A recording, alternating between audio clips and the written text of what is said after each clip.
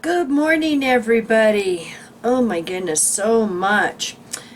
Want to thank everybody for watching our videos, and hi to our new subscribers, and thank you to all the old subscribers, and thank you everyone for your cards and letters and phone calls and emails. My goodness, it's just a bit overwhelming, all the love and support that we are getting, so thank you so much. Now I want to thank Chris for sending me this information, and I'm sorry it took so long to get to this, but my goodness, these reports are coming out of everywhere. Now I've got a news report here that is in German, and Chris has been kind enough to send me the translation of, what was going on in Germany. So I'm going to do the English translation, and then I'm going to play the German clip. So if you know of any German-speaking, Jehovah's Witnesses or ex-Jehovah's Witnesses, please share this. And those of you that speak German, please, grab this clip and, do your own video, because you can do a lot better in German than I can with this. All right. Child abuse wave hits Germany now too. That was Chris's subject in the email. In the name of the Lord, sexual abuse among Jehovah's Witnesses. Victims of sexual abuse within the Jehovah's Witness religious community have turned to the report man's editorial board. They report that they were abused as children and that the community has tried to cover it up. Anyone who talks gets pressure and is disfellowshipped from the community. So the conclusion. Around 40 reports of victims of sexual abuse among Jehovah's Witnesses in Germany are in the newsroom, including a letter from a young woman reporting that her grandfather, an elder in the community, has lost to her cousins to a total of 10 people.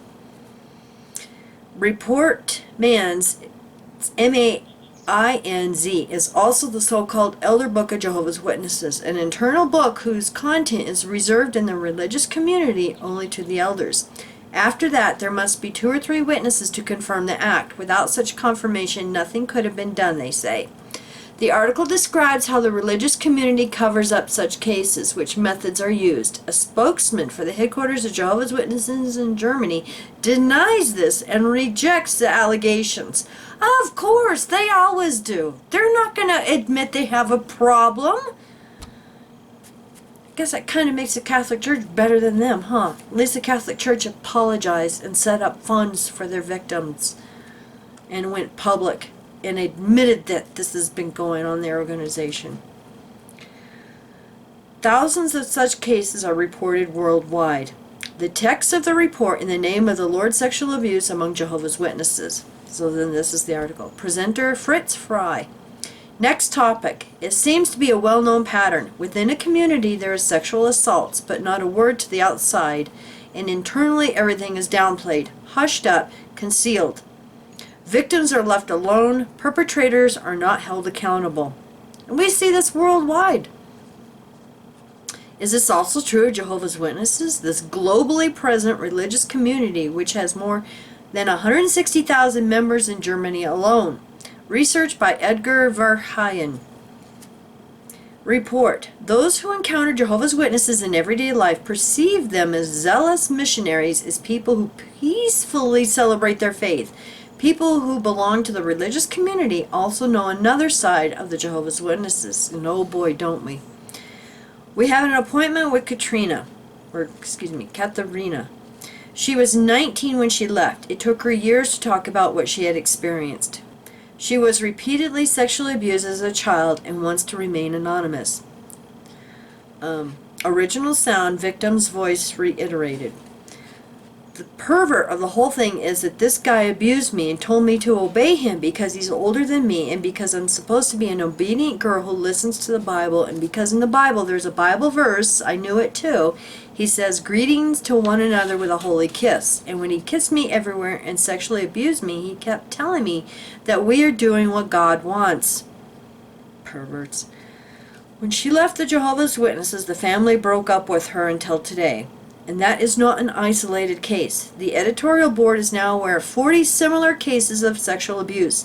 A young woman wrote that her grandfather misused her cousins and herself as children. 10 people in total.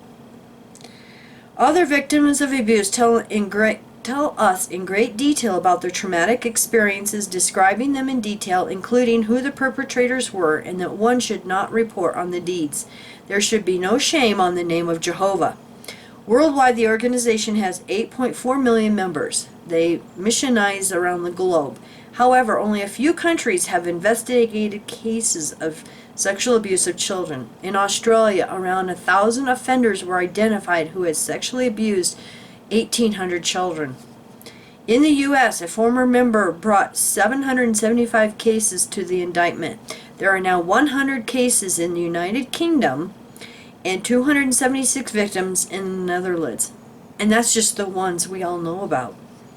According to internal sources, Jehovah's Witnesses are said to have themselves registered around 24,000 offenders who were never charged. And above all, there is a reason that makes it difficult to understand such cases. The editorial office has the so-called Elder Book, the content of which is reserved exclusively for the community leaders. After that, there must be 2 or 3 eyewitnesses confirming an act. If there is only one witness, nothing can be legally done, it says here. Sharon Madani was also a member of the religious community. Today she advises abuse victims. Above all, she sees the core problem in this 2-witness rule. And then it has her original sound.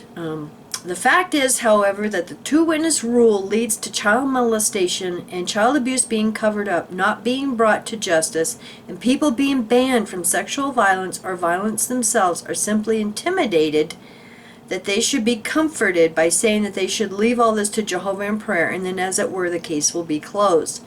Like I said, this is a translation, so it may sound a little off, but we get the general idea. Question. That is how this religious community actually protects the perpetrators? She answers, yes. For me, this is a protection of the organization. And we've all been saying that. For the victims of sexual abuse, this means reporting their church warden of the crime, and if denied by the accused, they must recount the events to a male panel of elders and overseers, including in the presence of the perpetrator. Udo Oppermeyer was an elder in a church until 2 years ago. He resigned and describes what this procedure means for those affected. And then it goes to him.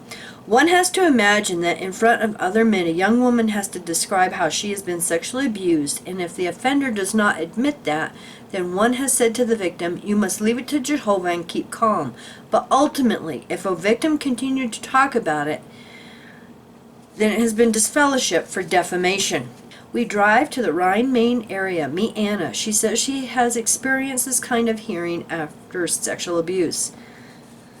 Original sign, victim voice. Then this committee was formed, and luckily my dad admitted it was sexually assault several times over years, and then in response to that, he was not allowed to report to the congregation anymore. That is, to give no answers, the only thing that happened after that. So it sounds like all he could do is not answer, in the kingdom hall, and that was the only thing. Thus, the offender was not displayed. There was no prosecutorial investigation, no punishment. He had only been not allowed to speak in the community at the meetings. The theological reasoning? The other issue is that fellow believers do not settle their disputes before worldly courts, and of course that's in the case of child molestation. If statement versus statement is, of course, a paragraph that is then used to say you have no evidence, that's slander. The German headquarters of the Jehovah's Witnesses is located in the Taunus municipality of Selters. Cases of child sexual abuse are also reported at this address. Therefore, we ask the persons responsible for an opinion. The answer: Jehovah's Witnesses detest child molestation and abuse and consider them to be criminal offenses. We recognize the responsibility of state authorities to combat such crimes, and elders do not protect a perpetrator of abuse from prosecution. Nevertheless, one points out, elders are not required by law to inform authorities of an accusation. That's exactly the practice, and whoever talks gets pressure and is disfellowshipped. Therefore, Anna is still a member of the religious community. And then it goes back to her, because otherwise I lose everything, the whole family, all friends. So there's the English translation. And like I said, thank you very much, Chris. And I'm so sorry it took so long to reply to this. And I just want to say we appreciate all of your help so much. You know, everyone in the community in getting all this information to us. And I am working on March's emails, and so I appreciate your patience, and I will get to all of this stuff as soon as possible. Thank you, and you have a great day. Bye. Es scheint ein bekanntes Muster zu sein. Innerhalb einer Gemeinschaft kommt es zu sexuellen Übergriffen, doch kein Wort nach außen. Und auch intern wird alles verharmlost, vertuscht, verschwiegen. Opfer werden allein gelassen, Täter nicht zur Rechenschaft gezogen. Trifft das auch auf die Zeugen Jehovas zu, auf diese weltweit präsente Religionsgemeinschaft, die allein in Deutschland mehr als 160.000 Mitglieder hat? Recherchen von Edgar Verheyen. Wer Zeugen Jehovas im Alltag begegnet, nimmt sie wahr als eifrige Missionare, als Menschen, die friedlich ihren Glauben zelebrieren. Menschen, die der Religionsgemeinschaft angehört haben, kennen auch eine andere Seite der Zeugen Jehovas. Wir sind mit Katharina verabredet. Sie war 19, als sie austrat. Sie hat Jahre gebraucht, um über das Erlebte sprechen zu können. Sie wurde als Kind mehrfach sexuell missbraucht und will anonym bleiben.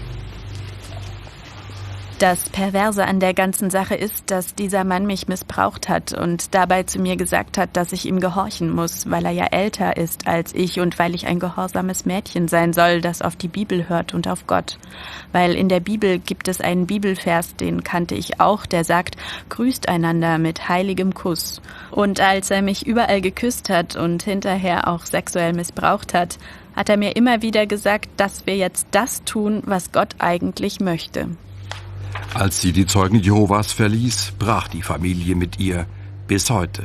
Und das ist kein Einzelfall. Der Redaktion sind inzwischen 40 ähnliche Fälle von sexuellem Missbrauch bekannt. So schrieb eine junge Frau, ihr Großvater habe ihre Cousinen und sie selbst als Kinder missbraucht, 10 Personen insgesamt. Andere Missbrauchsopfer berichten uns sehr detailliert von ihren traumatischen Erlebnissen. Beschreiben sie im Detail, auch wer die Täter waren und dass man auf keinen Fall über die Taten berichten solle. Es dürfe keine Schmach auf den Namen Jehovas fallen. Weltweit hat die Organisation 8,4 Millionen Mitglieder. Sie missionieren rund um den Globus. Doch nur in wenigen Ländern wurden inzwischen Fälle von sexuellem Missbrauch von Kindern untersucht. In Australien konnten rund 1000 Täter ermittelt werden, die 1800 Kinder sexuell missbraucht hatten. In den USA brachte ein ehemaliges Mitglied 775 Fälle zur Anklage. Im Vereinigten Königreich spricht man inzwischen von 100 Fällen, in den Niederlanden von 276 Opfern. Weltweit, so interne Quellen, sollen die Zeugen Jehovas selbst rund 24.000 Täter registriert haben, die nie angeklagt wurden. Und das hat vor allem einen Grund, der die Aufklärung solcher Fälle erschwert. Der Redaktion liegt das sogenannte Ältestenbuch vor, dessen Inhalt ausschließlich den Gemeindevorstehern vorbehalten ist. Danach muss es 2 oder 3 Augenzeugen geben, die eine Tat bestätigen. Gibt es nur einen Zeugen, kann rechtlich nichts unternommen werden, heißt es hier. Shirin Madani war selbst auch Mitglied der Religionsgemeinschaft. Heute berät sie Missbrauchsopfer. Sie sieht vor allem in dieser 2-Zeugen-Regel das Kernproblem. Fakt ist aber, dass die 2-Zeugen-Regel dazu führt, dass Kindesmisshandlung und Kindesmissbrauch vertuscht werden kann, nicht zur Anzeige gebracht wird. Und dass den Betroffenen von sexueller Gewalt oder Gewalt an sich der Mund verboten wird, dass die einfach eingeschüchtert werden, dass die vertröstet werden mit den Worten, sie sollen das alles Jehova im Gebet darlegen, und dann wird sozusagen der Fall abgeschlossen. Das heißt, diese Glaubensgemeinschaft schützt faktisch die Täter? Ja, für mich ist das eine Täterschutzorganisation. Für die Opfer sexuellen Missbrauchs bedeutet das, berichten sie ihrem Gemeindevorsteher von der Tat und wird dies von den Beschuldigten bestritten, müssen sie die Geschehnisse vor einem männlichen Gremium von Ältesten und Aufsehern auch in Anwesenheit des Täters nochmals schildern. Udo Obermeier war noch bis vor 2 Jahren Ältester in einer Gemeinde, ist ausgetreten und beschreibt, was dieses Verfahren für die Betroffenen bedeutet. Das muss man sich mal vorstellen, ja, vor anderen Männern muss dann eine junge Frau schildern, wie sie sexuell missbraucht worden ist. Und wenn der Täter das nicht zugibt, dann hat man zum Opfer gesagt, du musst das Jehova überlassen und Ruhe bewahren. Aber letztendlich, wenn ein Opfer weiter darüber gesprochen hat, dann ist es zum Ausschluss gekommen wegen Verleumdung. Wir fahren ins Rhein-Main-Gebiet, treffen Anna. Sie erzählt, sie habe nach einem sexuellen Missbrauch genau diese Form der Anhörung erlebt. Dann ist dieses Komitee gebildet worden und mein Vater hat es zum Glück zugegeben. Es waren sexuelle Übergriffe, mehrfach über Jahre. Er durfte sich dann als Reaktion darauf in der Versammlung nicht mehr melden, das heißt keine Antworten mehr geben. Das war das Einzige, was daraufhin passiert ist. Demnach also wurde der Täter nicht angezeigt, es gab kein staatsanwaltschaftliches Ermittlungsverfahren, keine Bestrafung. Er habe sich lediglich in der Gemeindeversammlung nicht mehr zu Wort melden dürfen. Die theologische Begründung? Das andere Thema ist eben, dass Glaubensbrüder ihre Streitigkeiten nicht vor weltlichen Gerichten austragen.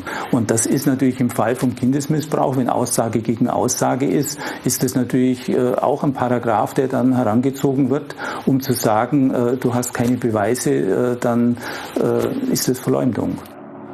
Die Deutschlandzentrale der Zeugen Jehovas befindet sich in der Taunusgemeinde Selters. An dieser Adresse werden auch Fälle von sexuellem Missbrauch von Kindern gemeldet. Wir baten deshalb die Verantwortlichen hier um eine Stellungnahme. Die Antwort: Jehovas Zeugen verabscheuen Kindesmisshandlung und Missbrauch und betrachten sie als Straftaten. Wir anerkennen die Verantwortung staatlicher Behörden, derartige Straftaten zu bekämpfen. Älteste schützen einen Missbrauchstäter nicht vor behördlicher Verfolgung. Gleichwohl weist man darauf hin, Älteste seien gesetzlich nicht verpflichtet, Behörden von einer Beschuldigung zu unterrichten. Das genau ist die Praxis. Und wer redet, bekommt Druck und wird ausgeschlossen. Deshalb ist auch Anna noch Mitglied in der Religionsgemeinschaft. Weil ich sonst die ganze Familie, alle Freunde, alles verliere.